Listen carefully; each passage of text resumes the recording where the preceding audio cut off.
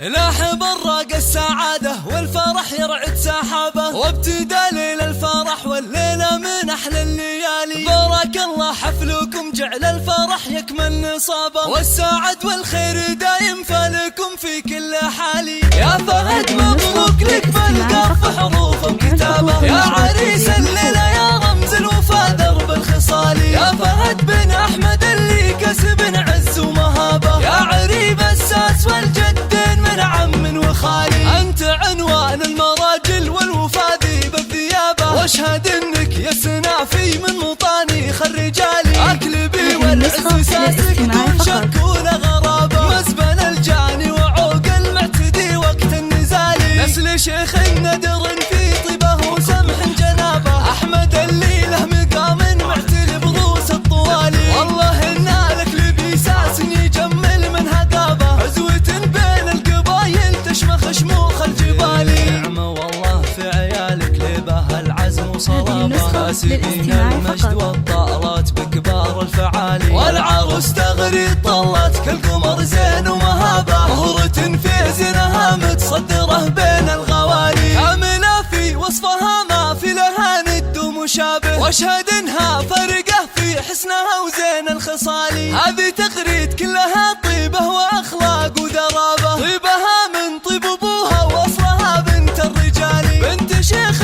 فتح للضيف والعانين بابه، وعلي راعى الفعول اللي تنومس كل غالي.